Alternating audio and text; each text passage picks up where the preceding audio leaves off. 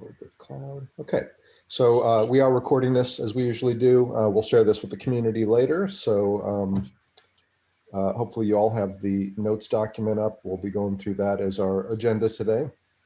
As far as, I guess we should start with introductions because I see a couple of new faces here. Maybe start with Evan. You want to just kind of introduce yourself and let us know kind of what your background is with the community and what your interests are in being involved here. Sure. Hello, everybody that doesn't know who I am. My name is Evan.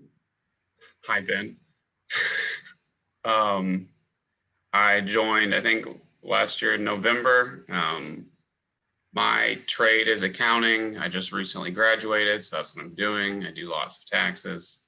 That's kind of where my like work expertise is. But I just joined because I'm trying to get into engineering because I don't really like accounting, and I love the idea of prosthetics and the sort of engineering things that come with that. And so I'm just trying to use my background to help out, and I've been working with Ben and the Wishbone project since like late December, I think. It's kind of where I'm at. Excellent, welcome. Thanks. Francesca, how about you? You need to unmute. Sure. I am an engineer. I am biomedical engineer and mechatronics for the specialization. And I just joined e-NABLE last week. So I have to hear what you have to tell me. And now I am in Spain. I have collaborated with another company doing prostheses, mechanical prostheses, and I have a 3D printer. And for now, so I have worked for 4 or 5 years with other companies. Multinational companies like Procter & Gamble. I think that you know there in America, Procter & Gamble. Mm-hmm. And then I decided to change and to go out, and I moved to Spain. Just when the pandemic starts, so I moved to Spain in 2020, at the start of 2020. And now I have an e-commerce where I do 3D printed models and something fashion 3D printing. And I'm printing also processes. So now I join e-NABLE and wonderful. Okay. Welcome. That's Where fantastic. in Spain are you, Francesca? Where? Where in Spain? In Valencia. Ah, Valencia. Yeah. It Nice looked like an orange tree in the background. Yeah. No. So these are weekly meetings that we do, and it's an opportunity for us to talk about any number of a range of issues facing the community. It's really about how do we support the community? How do we work together to free up any roadblocks, address any challenges, basically just kind of, help to smooth the road for our community to be successful. This is not a governance committee per se. We're here to make recommendations as opposed to making rules. We're here to say, this is what we think we should do as a community, and then we get the community to buy in and agree to that. And that's kind of how we move things forward. So anyone is welcome in these SPC meetings. We do these every Friday. You're always welcome to join us, but it is a little bit more of an operational kind of a discussion. Usually we're talking about more behind the scenes kinds of things that kind of keep the community going, programs that we have going on, fundraising, things that we need to do to support the community. So it may or may not be of interest to any particular individual, depending on where you want to focus. If this is something that you're interested in, you're always welcome. Like I said, we address kind of a broad range of things here, but usually it's more of the kind of the behind the scenes stuff that just kind of helps to support the overall community. So having said that, let's go ahead and move on. We've got in our notes, we usually go through our action items first, so we'll do that first and then get into our agenda. This week it's a short list. Ben, you're still working on collecting photos of people wearing e-NABLE devices for our gallery, right? Yeah, I did get photos from Ahmad in Syria. We already have them from Zainab in Turkey. I sent an Okay. email yesterday to folks in Sierra Leone.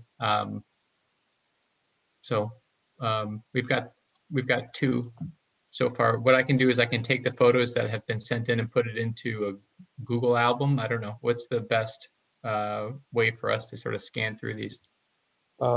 Just to review them initially, sure, you could drop them into a Google folder. It doesn't even need to be an album or anything. Okay. But yeah, eventually we'll put them into a gallery on the hub. And Bob has access to some photos as well. That was something that came up last time, I think. Well, Was I supposed to send you photos? well, we said that if you were going to do that, you'd have to get permission first. And Yeah, that's right. mentioned some of these people are from a long time ago, so you can try, but we'd have to get the permission first. Yeah. Let me ask a question. If you pixelate the face of an individual, Yeah, that's not a bad do you idea. still have to get permission? No, we can do that. As long as it's not personally identifiable, as long as it's impossible to identify who the person is. In other words, if it's done right. I think the only problem with that method is that it solves our privacy issue, but it obscures having people be able to relate to these Sure. images. It's So not if we can maybe lean towards images that we have permission over, I think it'll be a little bit more inviting. If a gallery of blurred faces is not. I understand. I'm just, Yeah, of course. At the same time, seeing photos, especially if it's children with the faces blurred out, is not uncommon, right? So if Yep. it's a few of Good those point. sprinkled in there, I think that would be fine. yeah, Yeah. parents typically are more protective of publicizing their children's photos than they of themselves. I'll try, Ben. Maybe offer them both options. Say what we're doing. We're trying to put together a gallery to show people the different device types. We'd like permission to use your photo either as is or with the face blurred out. Let me know if you're comfortable with either. That'd be great. Jen Owen has a huge collection of vetted quality photos, especially of the earlier models. You can reach out to her. The other thing is that Google News, if you Google e-NABLE prosthetics, there are all sorts of photos that have already been published. We might need to get permission, but those also will be quality photos from all over the world. Right. And I do think that we want to be considering the devices. So we want sort of a diversity of ages and ethnicities. Sure. and devices. So I'll reach out again to Matt Botel. I know that's a device that we're spending some time with these days. But yeah, that would be something to consider. Maybe even on the album, I can sort it by device and location to sort of tag it. Okay, sounds good. Let's move on. Next action item is mine to write up a Lumio discussion thread for the topic of SPC discretionary fund allocation, something we've been talking about. I have it on the agenda below, so we'll talk about that when we get to it, and I'll explain what that's about for those who are new. And then Bob was to draft a letter for these thank you handbags. Again, for those of you who are new, we're putting together bags with a fully assembled e-NABLE hand, as well as some, an e-NABLE t-shirt and mug and a thank you letter for those who have donated significant sums of money in recent, months. And we're going to send, so I think we got 4 of these that we're putting together to send out as thank yous. So that's what that refers to. The boxes are actually packed. I'll send you a photo, Ben. And Bob did draft this letter, and it's been emailed, so we can review that. But for now, we'll just note that that's been done. I would like it officially noted on the recording that John had one suggestion. Really? I just, That's quite a feat. That's quite a success, Bob. I actually sent through a request for edit access because I don't have edit access. you didn't, Yeah, for some reason I didn't have access. So if you just give me access, there's just, I didn't see anything I significant. clicked on it. I shared it, but I Oh, yeah, didn't have the edit access, huh? Maybe if I refresh here, let's see if maybe it works now. John and Ben, you were granted access too, did you? It looks like If I have recall, access, I had to click to ask you to give me access, and then but I I did. do have So access now, Bob, so I'm good. So I saw a couple of typos that I'll fix, but otherwise it looks good to me. Okay. Well, let me know. The boxes are packed. I'm ready to print off, personalized letters, probably early next week. So, Nice. and then send them. I wonder if we couldn't, just of the photos, Ben, have you gotten any photos of anyone wearing a kinetic hand yet? Let me think. Not quality photos. Matt's got the best ones, of course. The ones that I've seen that people are posting are like people are trying to produce it and they're printing it in their lab. They're not wearing it or anything. Well, I'm guessing we won't get a photo back from Matt quickly enough. If we did get one, I was thinking it might be nice to put a photo in there, as just embed it right in your letter, Bob, a photo of somebody wearing a kinetic hand, if we can get one. Otherwise, I think it's fine with that. Let me email Matt today. Actually, the Peta, I think, is his colleague. I think she's been pretty responsive. So Oh, okay. Look, the time frame is I'm going to be on a short trip early next week, returning home Wednesday. So I will be packing up and shipping Thursday of next week. So, Okay. Ben, do you have an send me email address letters. for PETA? I'm sorry? I believe I do.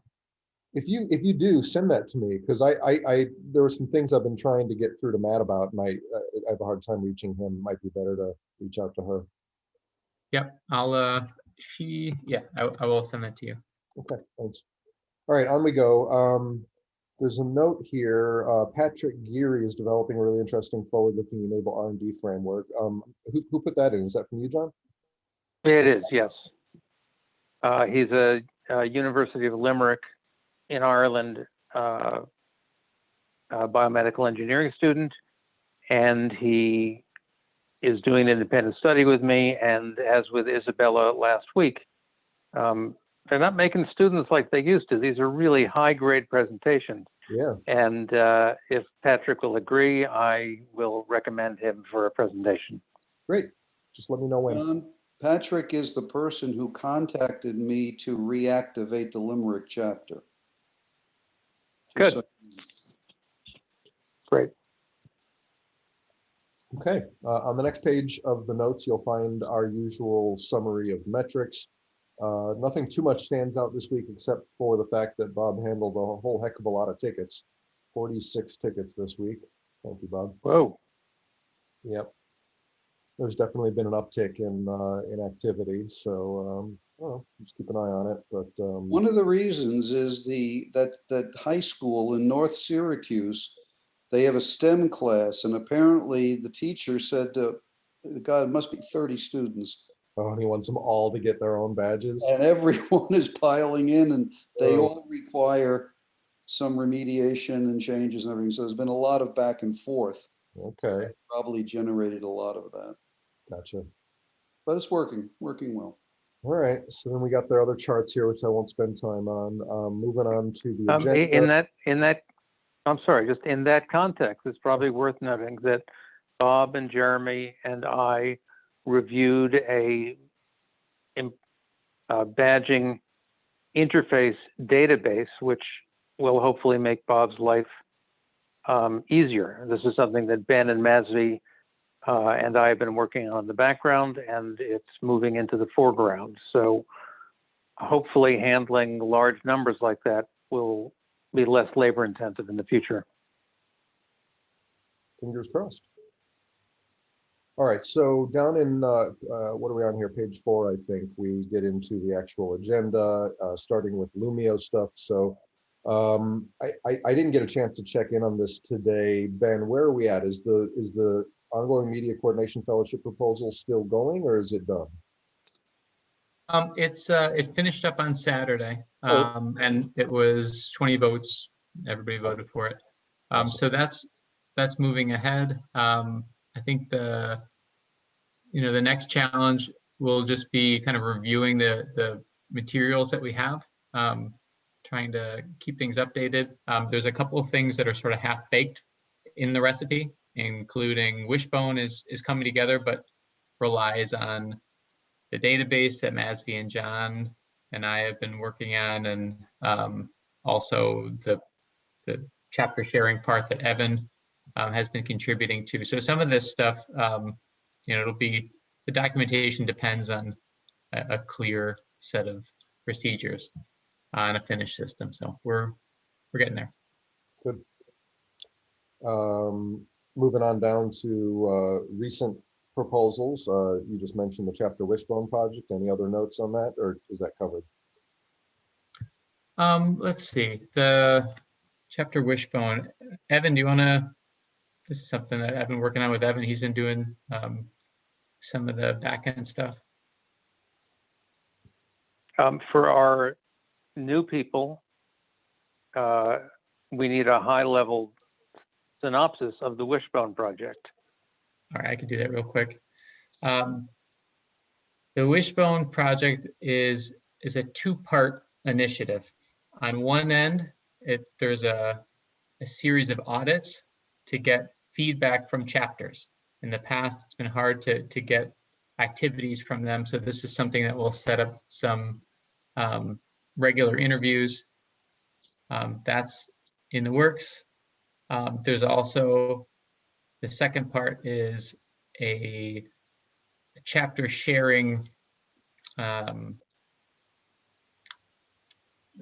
opportunity, Market. I guess. A market, right. It's a space on the hub, on the community hub, where chapters can request funds if they have challenges.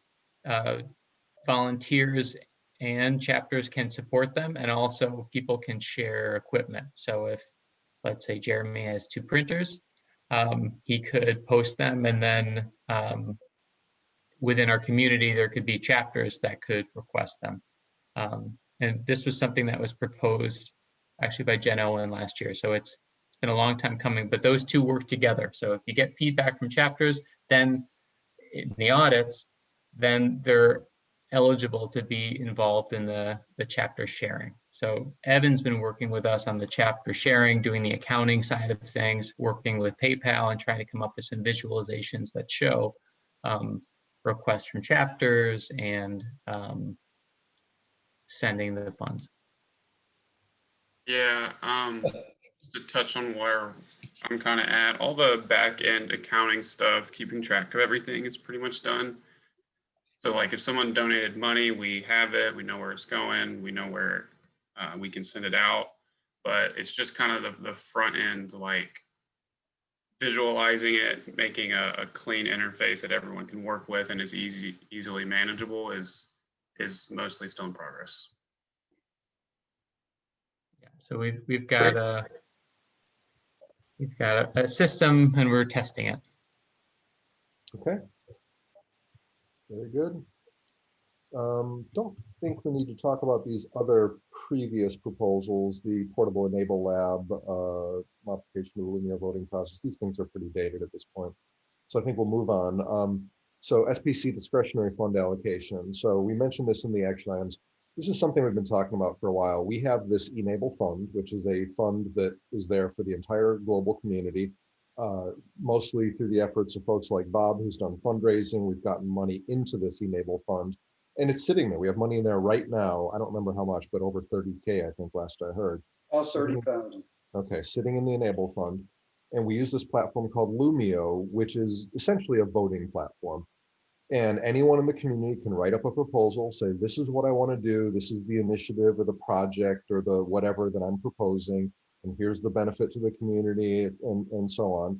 And they write up this proposal and the community can vote on it. And if it gets approved through specific, metrics, then the funding gets allocated. And that process has worked well. We've supported many projects and have funded some very worthy initiatives.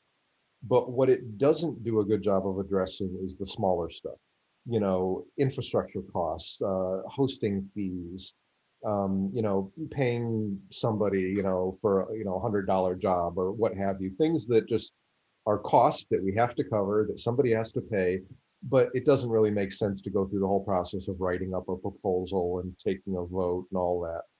I run into this all the time. There's a number of things that I'm doing for the community, like the Azure hosting for the hub and e-NABLE Central and other infrastructure fees that I'm just paying out of pocket because it's too much of a hassle to go and write up a proposal. So it would be nice if for these smaller things, if we could just discuss these needs each week in the SPC meeting, and through a simple discussion, we agree on whether or not it makes sense to support that. And if everyone present agrees that it makes sense, then it's approved and those funds get allocated. I wrote up a draft document. I think what probably makes most sense is probably not to try to go through all of that in detail in real time here, but rather to, it was just shared this morning, maybe give it until next week for you all to review that and offer up edits. And then I would post that into Lumio as a discussion thread. I will put the link into the chat here for those that weren't included on the original email. Let me get the link here.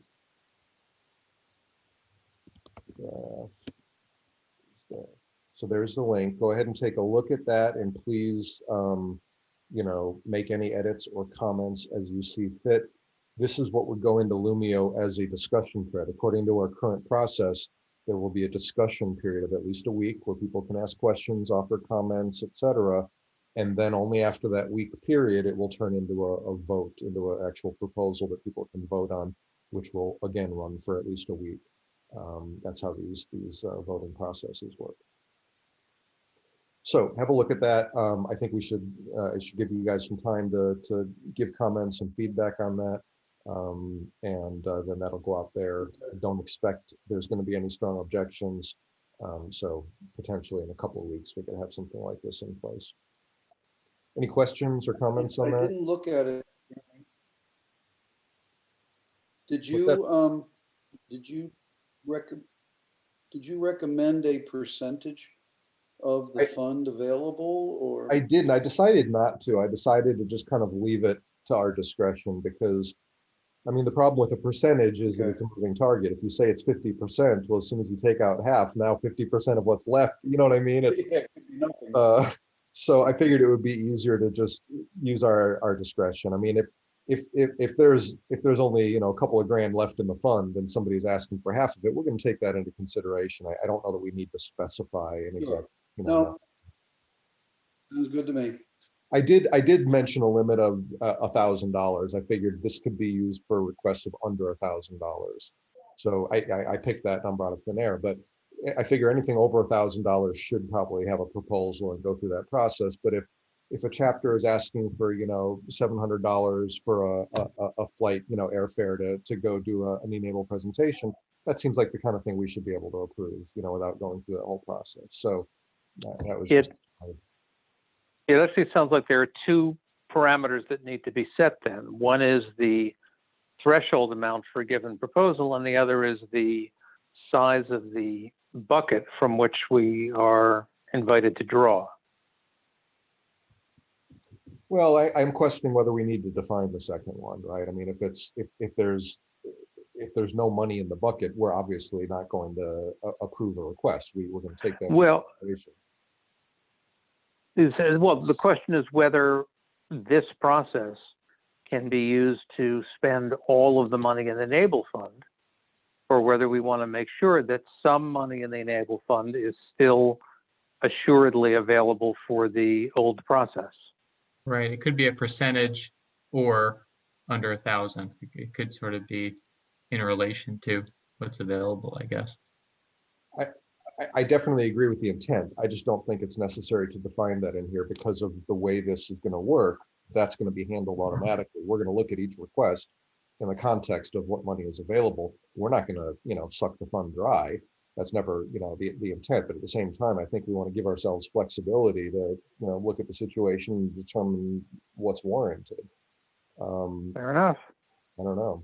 I think it's okay to say this is just for the smaller stuff, and then just allow for the fact that, you know, it's going to be dependent on how much money is in the fund. You know, if the more money there is, the easier it is to Right. say yes to something. So Okay, maybe it's so worth the- also, oop, Johnny first. I was going to say, okay, so the discussion has begun and it will continue. I was going to mention it. It is a parallel to the Wishbone stuff. So we've got Lumio that uses the Enable fund, and you have to make a proposal, and then you get funds out. Right. Jeremy's talking about the discretionary funds with a cap of 1,000. The Wishbone is also a cap of 1,000. I guess the difference being the discretionary fund is pulling money from the Enable fund, just like Lumio.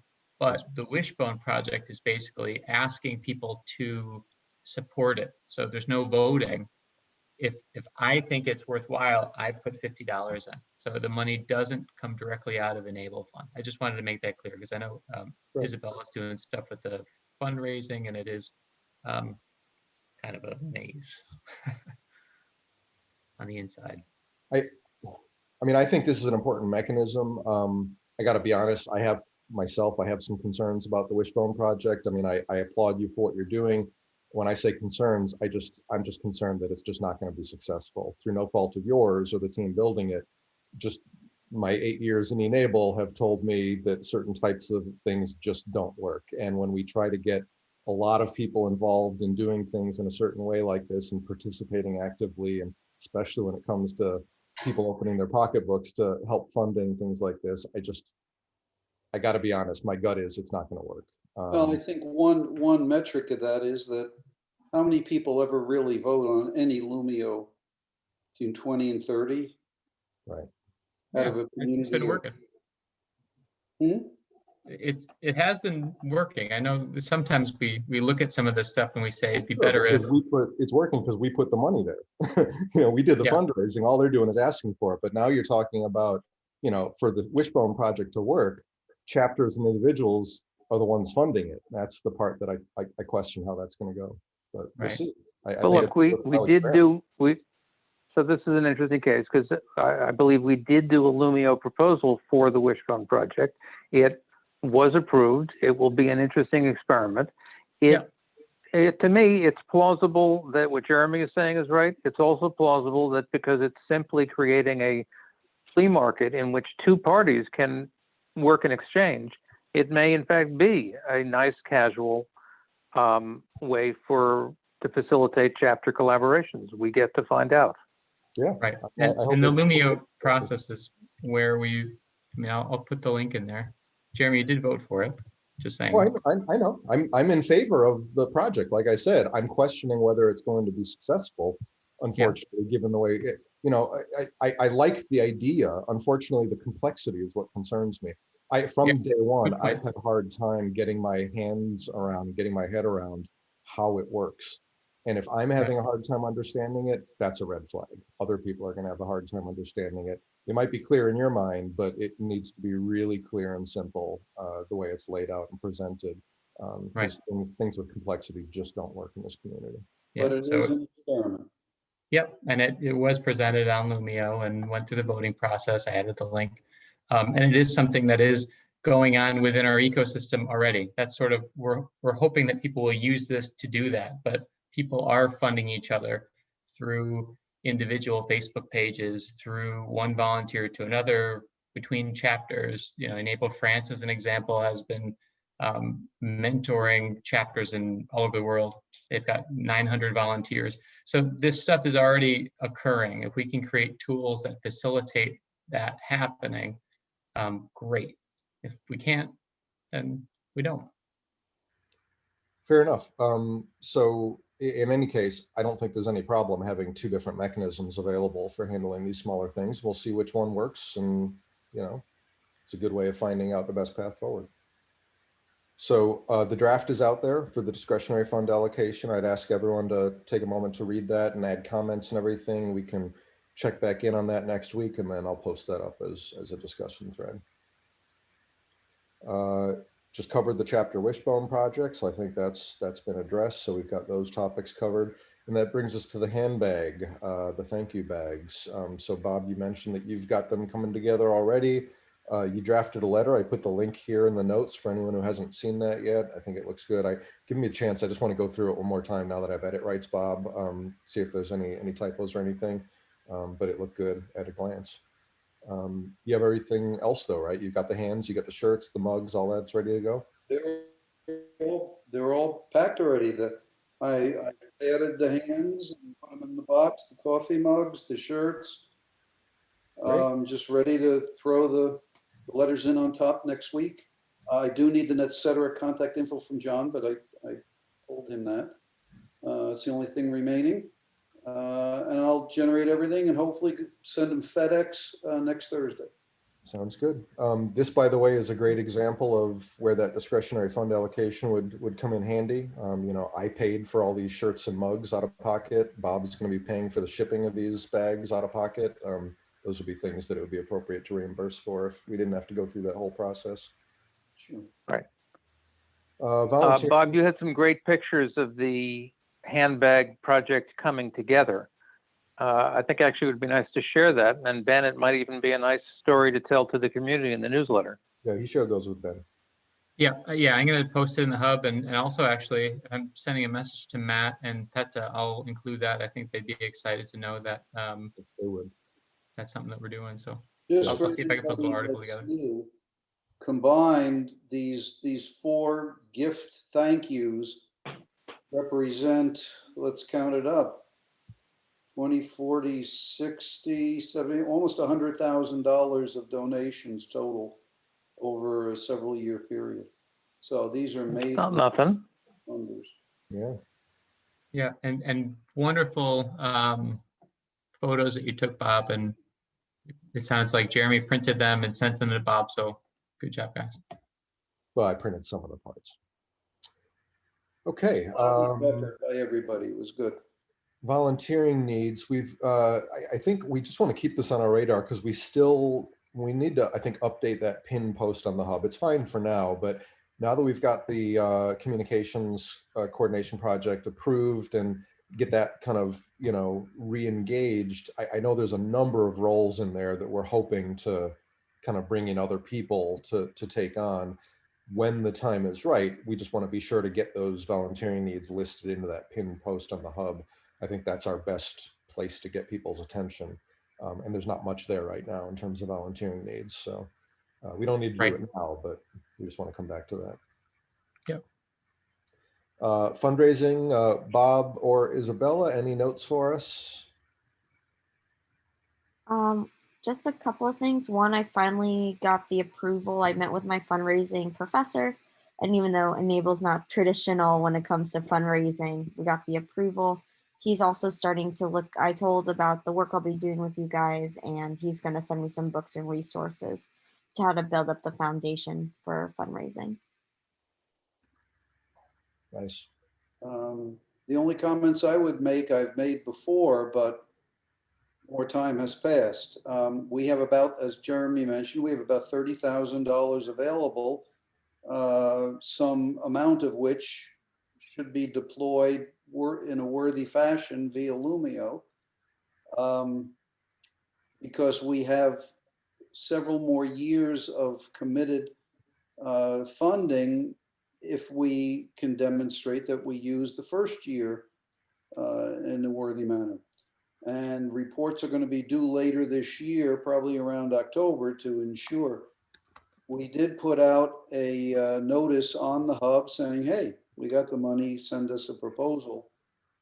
And there was one response which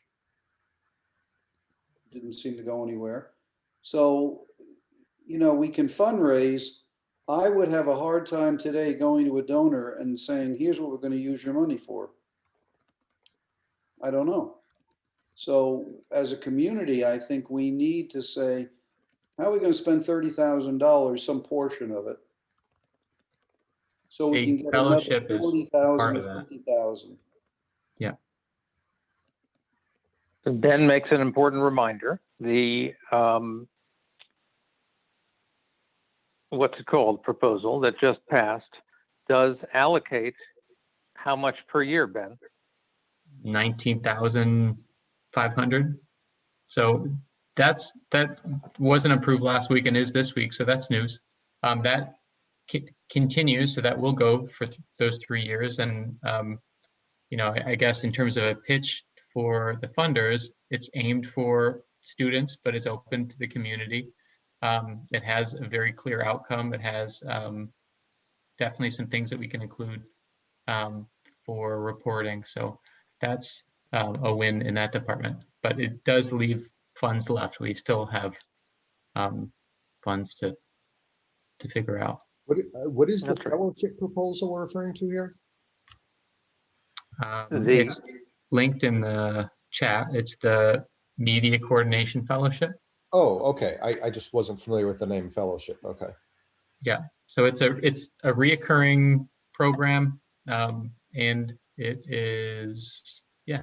So it'll continue for the 3 years that we have the funding. Actually, I was inspired to think long-term because of Bob's efforts to have this kind of long-term funding, which is great. I think it's a shift. It wasn't something that we were thinking about last year, so I really appreciate that.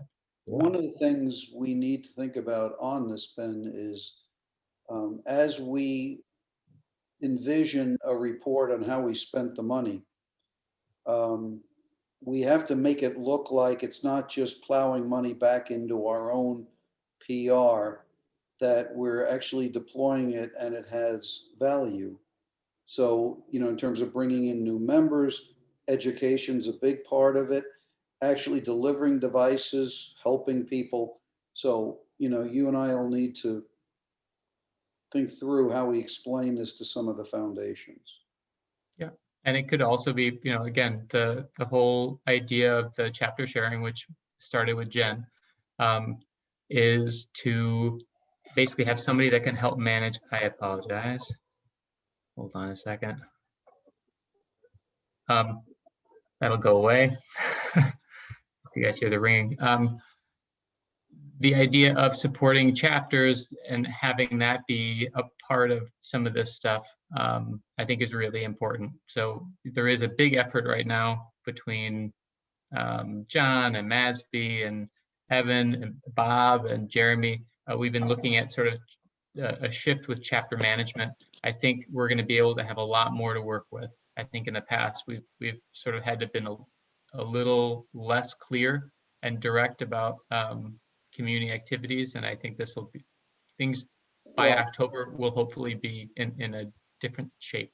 The DORA is the one I'm most concerned about, where a true report is being requested. And there we have to keep a couple things in mind, but I think we're okay. One is they really are domestic. They're not international, and they've stated that. So we can't talk about international coordination too much to them, that their money is being used for. But another thing is that they like to see technology of 3D printing as a craft. So education, and that is the hook in my mind. That, but anyway, we have to be a little clever about how we report this. That's all, in a legitimate way. But yeah, that makes sense. And Isabella and John and I had talked a little bit to it, depending on the contributor, the donor will have to cater the report to fit their needs. And that's a really great point that Bob makes. If they're focused on domestic and education, we can pull that together. Yeah, I think we have good stories no matter what. We just. That's right. Yeah. Okay, that's all I have. Okay. Well, I'm going to switch my windows back here. All right, so I had a call yesterday with a team from Hewlett Packard. They had reached out to me on our help desk and said, hey, we want to partner and we'd like to get a call together to figure out how we could work together. So I got on a call with them yesterday. This is a team that's in the 3D group, so they're tied to the 3D printing solutions that HP offers. And their initial thinking was, you know, they have a lot of extra capacity and we're thinking they'd, you know, print parts. Well, I've had this discussion with big companies before and with you guys, and as I explained to them, it's probably not something we could really take advantage of right now because of this imbalance we have between production capability and demand. So I told them, you know, if you made us 100 hands right now, they'd probably just end up sitting somewhere. Unfortunately, what we really need is to do a better job of outreach and getting people to be aware of what we can do and getting them to our site and everything. And they actually said that might be an area they can help too. They do have capabilities when it comes to you know, media and publicity and web stuff and all of that. And so they are going to have some discussion about that. But the other thing we talked about is, you know, back on the printing side of things, I said, well, you could help us if you can print flexible materials. A lot of our volunteers, you know, have trouble with that. If you want to maybe take some of our designs that have flexible components and print those in the full range of scales in little kits for us, that would be useful. And they said that's something that they would talk about, that they could do that. So we're exploring a couple of different angles, and I'm basically just waiting to hear back from them. I just wanted to give you guys a heads up that I'm having this discussion with them, and if it looks like it's something that could become more substantial, I'll bring you guys in and have you join me in the discussion. Jeremy, they have, I assume their issue is they have underused capacity. Correct. You know, I'm wrestling yet again with the need to print a molds for the Be Clear mask in smooth high resolution. We have one SLA print. It was really nice, but we're going through another iteration. Yeah. And are they willing and able to do those kinds of one-offs? I suspect so. I'll have to bring that up with them. The challenge there is probably just going to come down to the shipping, but they said that that's also something that they might be able to help with. Sorry, I'm going a number of directions here because our conversation went in a number of directions. They might be able to help with that. We'd have to figure out how to get it where it needs to go, because if they're printing these things in, I think they're in Spain, you know, they'd have to ship them to you. But I mentioned that to them. I said that shipping is one of our challenges, that when we send a device to other parts of the world, it can get very expensive. And they said they might be able to help there. They do have relationships in terms of, you know, shipping logistics. The other thing that we talked about is specifically the kits that 3D Universe offers. I told them, you know, we have people that want to order these all over the world. It's very expensive to ship them. I said, maybe there's a possibility that you could have distribution centers, you know, where you stock these kits in different parts of the world and can ship them more affordably. And they said that's also something they'd consider. So there's kind of a number of different possibilities that we talked about. That's great. But I will reach out to them, John, about these one-off prints for you to see if that's a possibility for the mask work. It's not a bad idea. Okay. Now that I'm thinking about it, did you say you were getting or now have a resin printer? I do, yeah. Are you thinking that a resin print is a good option for what you're doing? Yeah, that's how we did the. Yeah. You're a resin printing guy these days. Send me the file. I'll print one today. Cool. Yeah, Okay. I've got it all set up and working. Okay. And what's the bed size? Larger than what we need for the mask. It's a big resin printer. Cool. All right, coming up. Okay. All right, our next topic here is some follow-ups from our 3D crowd discussion that we had. This is going back a ways. And to me, I think it's the part that we've been talking mostly about here is traceability, because that was something that the FDA was looking for, which kind of led us down this path of discussing, you know, is there a way to start gathering, you know, the details about all the devices being delivered. I was tasked with using Bob's spreadsheet as a starting point to pull that together into a spreadsheet and a form that we could use to have people submit, you know, information about the devices they're delivering. So I did mock something up and I drafted it, but there's kind of some question of where do we go with that. And Ben raised some concerns last time about privacy concerns. I think it was put together in a way where that's addressed. I mean, the form was set up to where we'd only be collecting first name, last initial, and that kind of thing. But it's something we need to look at and decide. I know that there's some metrics being collected from the chapters in terms of how many devices they're making and stuff like that. The question is whether we want to try to go further, as I thought we were trying to do, and come up with a centralized listing or repository of all devices that we're delivering throughout the community. So I guess the question is that still on the table? Is this still something we're trying to accomplish? Is this something we still want to pursue? Yeah, and I guess my the last time we were talking, Jeremy was showing the spreadsheet that had the full names, but it was just sort of a mock-up. But the responsibility of collecting the individual details, is that the chapters, or is that sort of a centralized effort? So it's sort of, comes back to, states' rights or national. So just something to think about for us. So I think one of the roles that we have to play is providing tools for the community so that they don't have to build those tools themselves. And I like the idea of providing a mechanism that all chapters and all volunteers, by the way, who aren't part of a chapter, like myself, can use to just quickly, record the devices they're delivering. And if we do it in a way that's not gathering sensitive information, I don't see any downside to it, except for the obvious challenges of getting people to actually use it. But we could at least start it and put what data we have in there and encourage people to use it. And the more it gets used, the more it'll get used. But I guess the question is whether we want to proceed with that.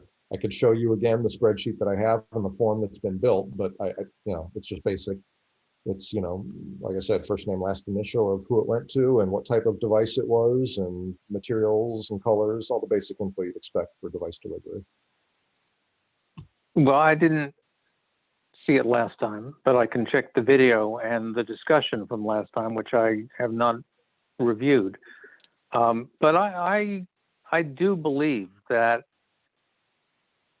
it's long past time for us to be able to support statistics with actual cases, privacy protected, et cetera, about the global enabled community if we believe that we're sort of acting as a clearinghouse for the global enabled community. I do understand the difference between states' rights and federal authority, but this is actually not about rights and authority. It's about information gathering, not dictating. No one is going to make anything mandatory, but if it was easy for people to boast and post their achievements, we would start collecting cases that we can point to when people say, how many have you done? What are they like, etc. Right. It might be worth actually reaching out to the chapters because they're already doing this. I mean, I think sometimes there's a little bit of duplication with, trying to come up with stuff on a centralized level that already exists in many different forms on chapter levels. And I guess the question for you, John, and for us to think about is, having some data is really important, but at what level? So do we need numbers of devices printed and deliveries to collect, or do we need individual names and cases? So if this already exists on a chapter level, let's just stop talking about individual names. No one. We respect the desire not to have individual names, but there can be IDs for cases that point to individual people without making them identifiable. Chapters have got to really be able to track down to their actual users to do follow-ups. So I think we're agreed that at this higher level, it's not going to be individual names, but I think Jeremy is arguing that it should include individual cases appropriately anonymized. And even your other point is a really good one. There may be chapters that have solved this problem, and if they have a system that we can open up to outside of their particular chapter, that would be much better than reinventing a system. But I don't know who that chapter is. I would tap Everton and e-NABLE Brazil, who not only created a system, but they created an app, and they have a whole infrastructure that they're using all across Brazil. I mean, we've seen these efforts. I think it would be great to have a chapter leading this effort, if it's possible, to say, here's a model. You guys can do this too. That's a great idea. Yeah, I don't disagree. If there's a mechanism out there for this already, let's use it. I just think that we need to first agree on the goal of having, better visibility into, device delivery across the whole community. So if that's something we want to do. I mean, originally the vision for this was e-NABLE Web Central, right? I mean, if we could get everyone in the community putting their cases through e-NABLE Web Central, it's easy then to build reporting dashboards right within e-NABLE Web Central that'll tell us everything we want to know about which devices are most popular and average turnaround time. And all this data would be stuff that we could do all kinds of analysis and reporting on. But we have failed at getting the community to use e-NABLE Web Central because there aren't enough cases in there to make it interesting. And so we're now turning to this as like an alternate mechanism to do what we were originally going to do in e-NABLE Web Central, which is part of why I am a bit on the fence with this, right? I mean, maybe this is going to fail just like e-NABLE Web Central did. I don't know. But Jeremy, maybe, so one question is whether what you just need is a really simple pathway for data into e-NABLE Web Central. Well, that's what we thought. We had that discussion, but we built that, John. I built 2 years ago a mechanism for you to easily fill out a Google Sheet, which we provide a template for, put all of your cases, one per row, click and import them all into e-NABLE Web Central in one click. We built that in about 2 years ago. You know how many times it's been used? 0. Well, then... I was going to mention, John, you go first. No, you go ahead, John. I added in the Brazil chapter spotlight. If you scroll down, there's the e-NABLE Brazil integration system, and they were working on trying to align it with e-NABLE Web Central before the pandemic. But they, since the pandemic, have used this system to do, I think, some pretty detailed collaborations even with doctors through this app. I wonder if having an app and having it be led by somebody that basically can say, I'm using this. This is exactly how I'm using it. I'm championing this, and you are welcome as an open source tool to copy this for your chapter. If that might be enough of an upgrade for chapters that already have their own system to want to say, you know, let's try this. Because I think that the tricky part that I see, I guess what I was trying to communicate is, if we're coming up with a spreadsheet that's just in parallel, in competition with the systems that they have, that's not a lot, it might not be enough incentive. But if there's this whole app integrated and there's a clear example of it, that could be. I don't disagree that that would be ideal, but you're talking about a real app that's actually published in the iOS and Android app stores, number one, which is quite a feat. And it would have to be truly internationalized. It would have to be truly multilingual, which is, again, a pretty significant development challenge. So I agree that would be a phenomenal solution. I don't know if we're within reach of that. So, you know, to me, this has been a helpful discussion. I'm not taking notes, but I propose that we can agree that e-NABLE would like to have an appropriately privacy protected catalog of cases for a variety of reasons. I can enumerate the reasons, but one of them has to do with assessing impact, and the other is setting the stage for follow-ups and quality assurance. 2, there are at least 2 fairly sophisticated mechanisms already in existence, Everton's and Jeremy's, which could be used for this purpose. There may be others out there. The next step, it seems to me, is to just review what, for example, e-NABLE France and I suspect e-NABLE Turkey are sophisticated operations that may have mechanisms for this kind of thing. Right. Not many others come to mind as really good candidates. I'm sure there are others, but reaching out to them. Yeah, so I think that just to kind of wrap this for now, I think that's an appropriate next step. And Ben, I think if you're willing, you're the most appropriate person to do this. If you would reach out to Everton and the France guys and Turkey, and just let them know what we're trying to do, that we're trying to get better traceability and better, you know, data on device deliveries, and ask them what they're doing for that internally. And if they just share the process they're in, the tools that they're using, let's get a better understanding of what those folks are doing first, and then we can regroup and talk about whether we can leverage one of those or do something different. Sounds great. I've got a meeting with Thierry on Monday to do a chapter spotlight. So Excellent. Great. Oh, that's great. That's great. You know, and by the way, Of the e-NABLE Ben, you should France. have that. You should have your Jeremy's spreadsheet.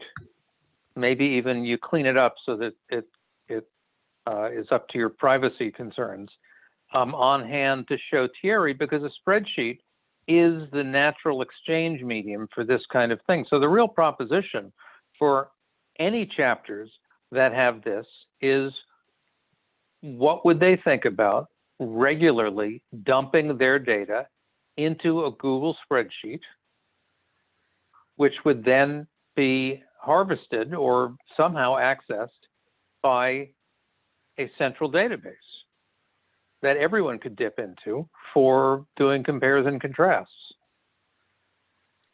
yeah, and I think I'll message Everson after this meeting, but he's done all sorts of work in privacy because they're not only working with volunteers, but with doctors doing prescriptions. So they have that figured out. So that would be, I think, really helpful. Maybe we can try to, after I talk to Thierry, maybe we can even set up a meeting between Everton and some of the other chapters. That would be great. I think that's okay. That sounds Good good. next step. And I have another meeting, so I got to wrap. Thank you, guys. Okay. And, see you next week. Bye, all. Bye, everybody.